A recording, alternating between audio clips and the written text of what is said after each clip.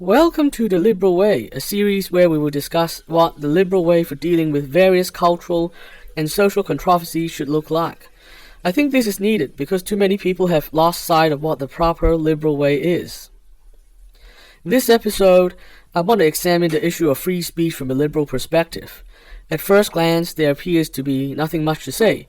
Liberals support free speech, case closed. However, to defend free speech effectively, we must understand why it is an important priority in the liberal worldview. We also need to understand what conditions are necessary to maintain the promise of free speech and a healthy marketplace of ideas. Free speech is important because it is the only way we can get closer to the objective truth, no matter what topic we are talking about. Individual liberal thinkers often have different emphases and different priorities. For example, as a moral libertarian, I believe it is most important that we get to the objective truth on matters of morality. Other liberals might prioritize getting towards the objective truth on other matters, but the common ground for all liberals is the need to get towards the objective truth. Above all, liberals believe that getting to the objective truth is the fundamentally necessary condition that must be achieved before we can build a good order.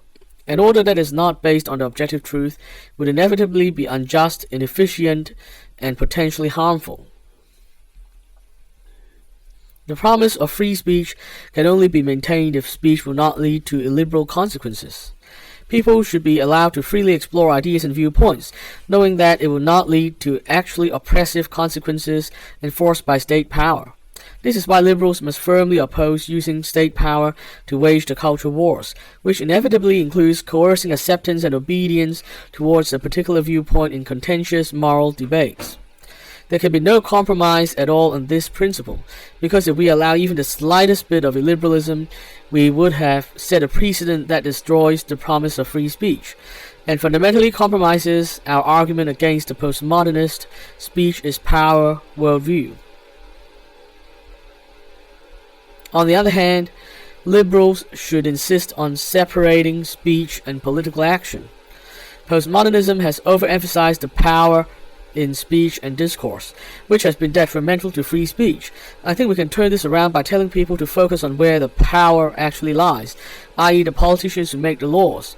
While people might legitimately and strongly disagree on policy, free speech on matters of personal morality should be sacred and treated as so. To achieve this goal, there must be a level of separation between politics and regular speech. This is another reason why liberals need to oppose the political culture warriors on both the left and the right, who seek to politicize everything. Their methods are a threat to free speech. This brings us onto my final point, the right to privacy, and the necessity of separating the public from the private.